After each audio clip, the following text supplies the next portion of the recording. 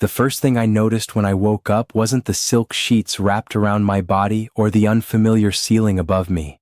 It was the sharp, intoxicating scent of sandalwood and rain filling my lungs, a pheromone signature so dangerously dominant that every instinct in my omega body screamed at me to submit. My eyes shot open.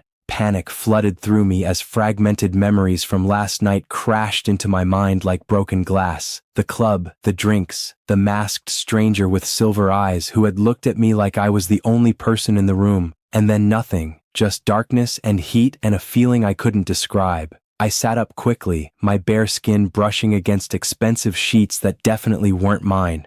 My heart pounded as I looked around the massive bedroom. Floor-to-ceiling windows revealed a breathtaking view of the city skyline. Everything screamed wealth, power, and danger. Then I heard it. Footsteps. The door opened and he walked in. Tall, devastatingly handsome, with dark hair still damp from a shower and those same silver eyes that had haunted my drunk memories.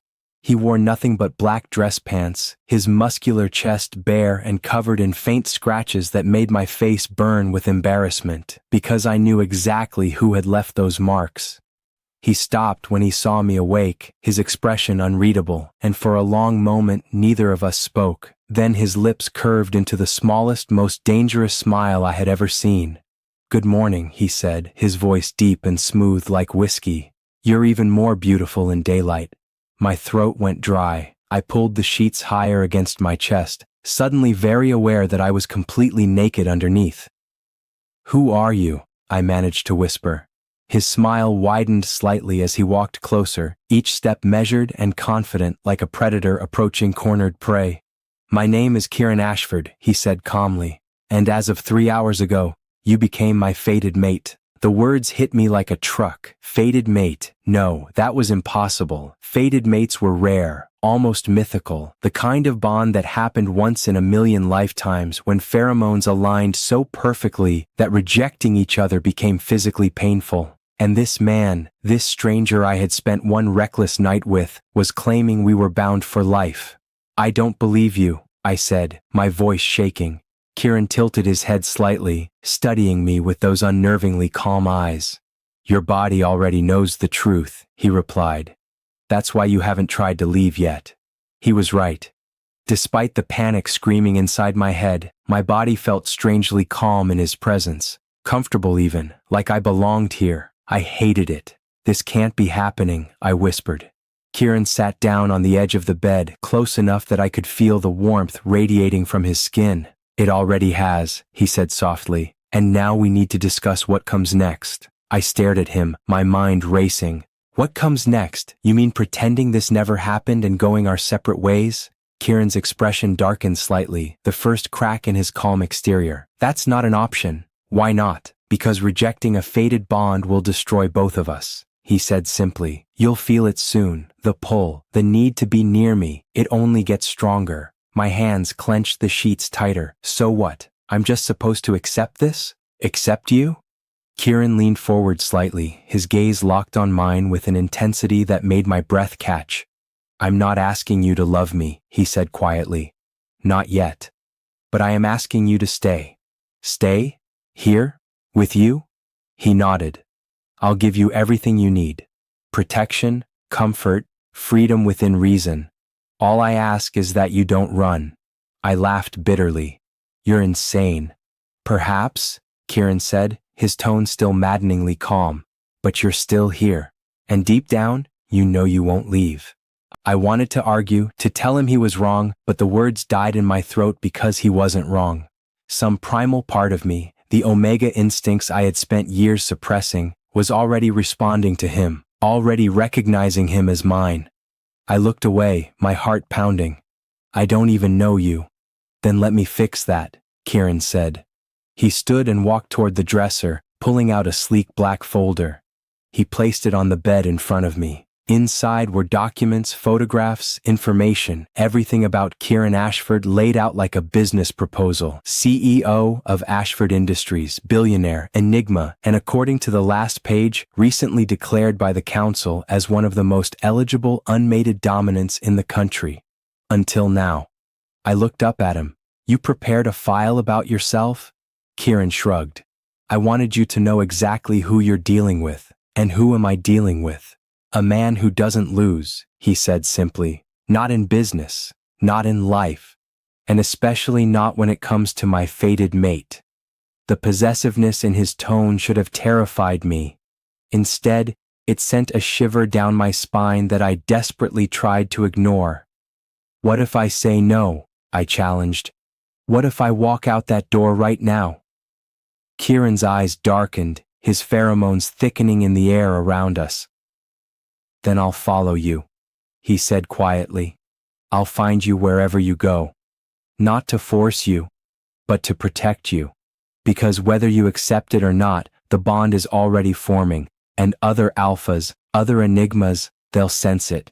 They'll see you as a threat, as something to take from me.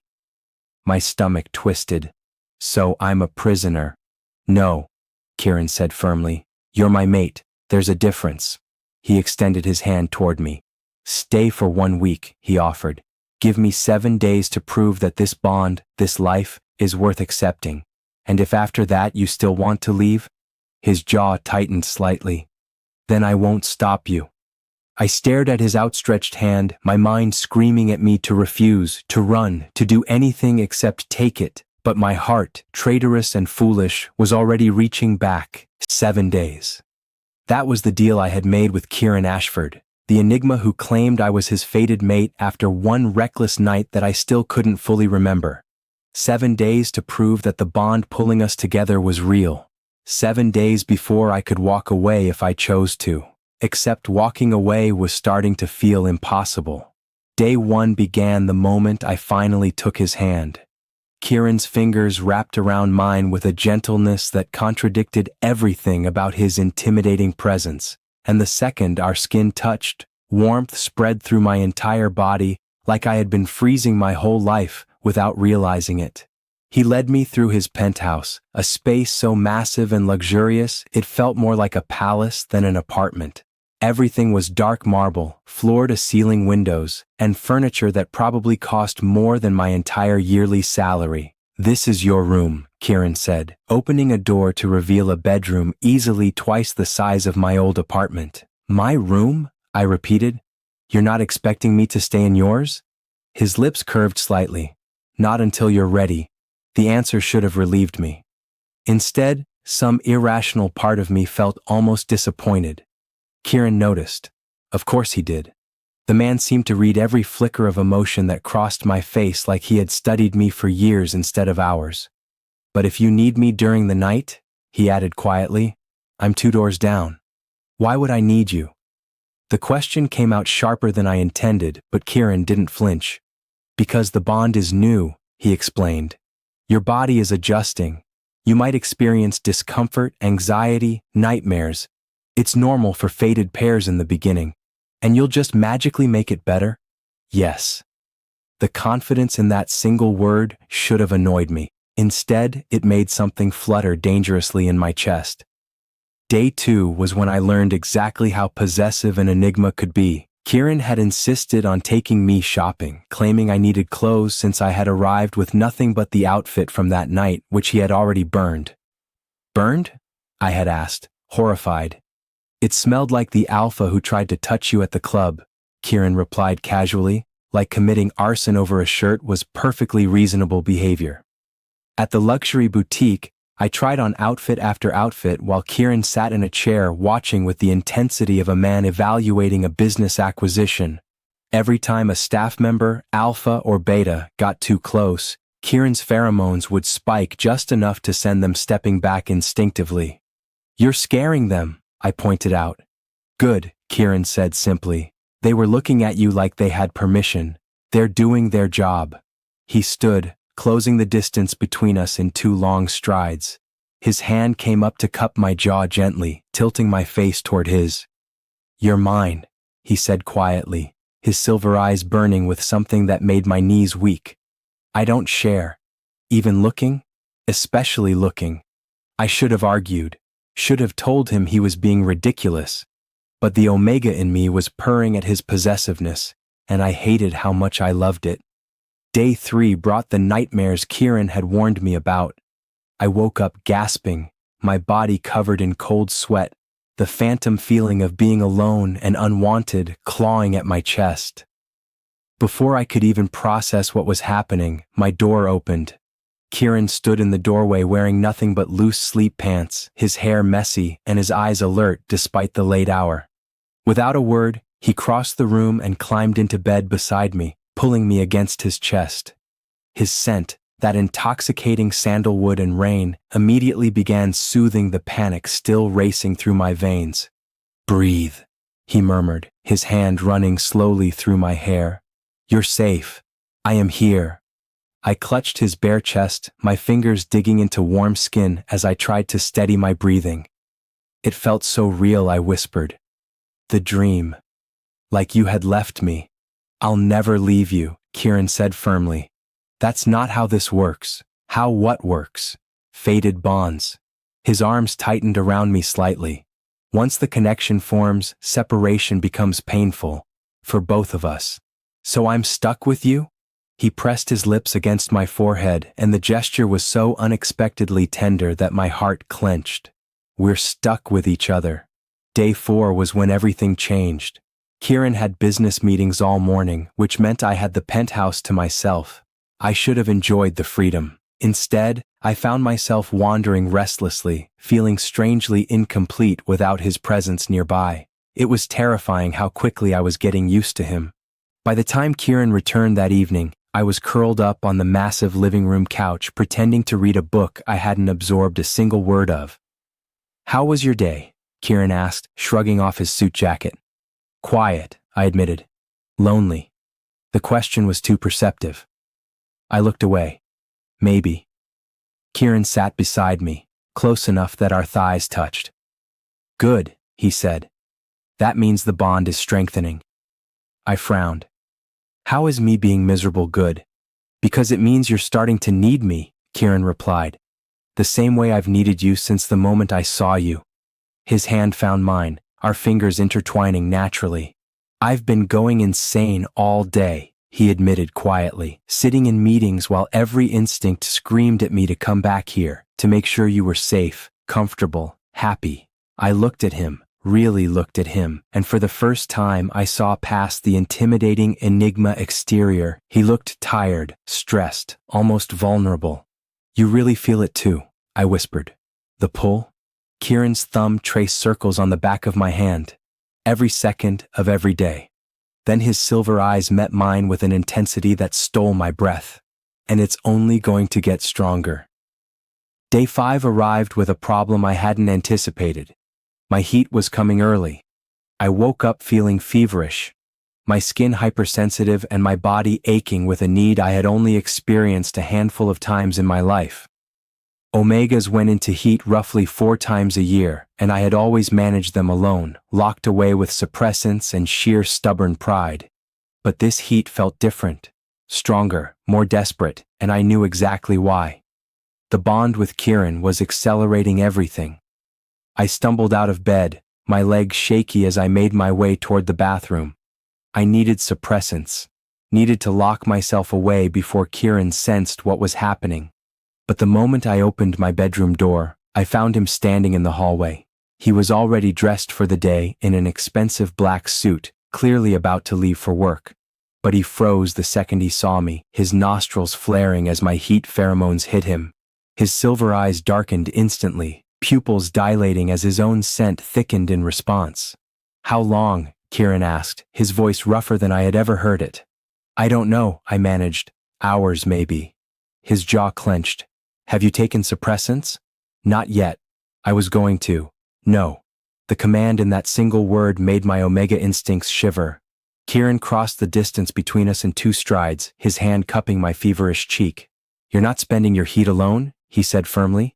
"Yes, I am," I argued weakly. "I've done it before, not anymore." Kieran swept me into his arms effortlessly, carrying me back toward my bed. "You have a mate now. That changes everything."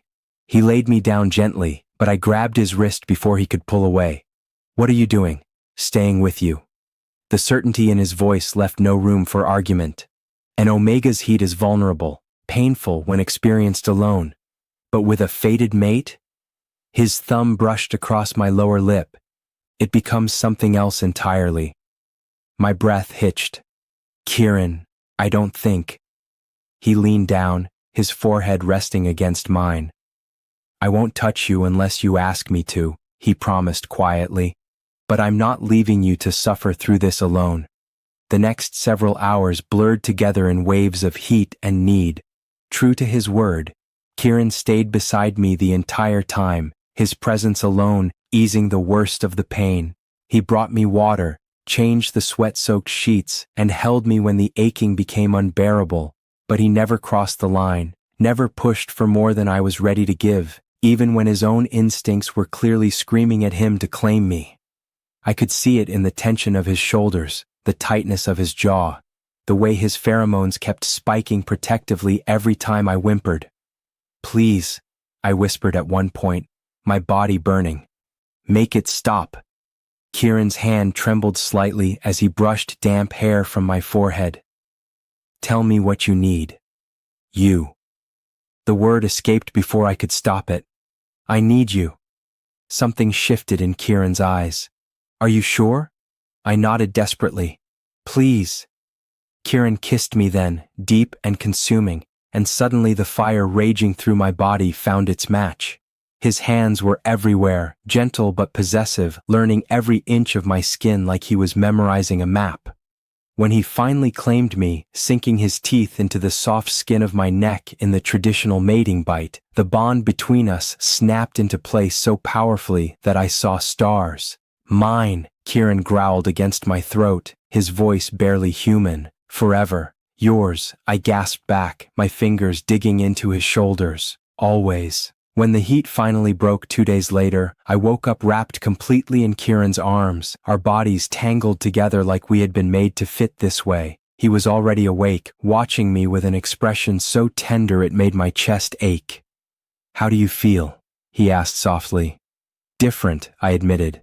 The bond, which had felt like a subtle pull before, now thrummed between us like a living thing. I could sense Kieran's emotions, his protectiveness, his satisfaction, his overwhelming affection. It was terrifying and wonderful all at once. Kieran's thumb traced the fresh mating mark on my neck, his touch reverent. You're beautiful. I'm a mess. You're my mess, he corrected. And you're perfect. I laughed despite myself. You're ridiculous. Perhaps, Kieran agreed, pulling me closer, but I'm yours. The possessiveness that had annoyed me a week ago now felt like safety, like home. What happens now? I asked. Now, Kieran said, pressing a kiss to my forehead, we build a life together. He pulled back enough to meet my eyes. I know this wasn't what you planned, that you didn't choose this bond or choose me, but I promise you, I will spend every day proving that fate made the right choice. My heart swelled. What if I already believe it? Then tell me. I took a shaky breath. I love you. The words felt huge and terrifying and absolutely true. Kieran's entire expression softened. He kissed me again, slow and deep and full of promises. I love you too, he murmured against my lips. From the moment I saw you, for the rest of my life. And suddenly, the 7-day trial period didn't matter anymore. I wasn't staying because of an agreement, or because the bond made separation painful. I was staying because somewhere between his possessiveness and his gentleness, between the nightmares and the heat, I had fallen completely in love with Kieran Ashford. My fated mate. My enigma. Mine. 3 months later, we stood together at a private mating ceremony surrounded by close friends and family. And when Kieran slipped a ring onto my finger, promising forever in front of everyone who mattered, I knew without a doubt that fate had brought me exactly where I belonged, in the arms of the man who had claimed my heart just as thoroughly as he had claimed my body. Forever wasn't long enough.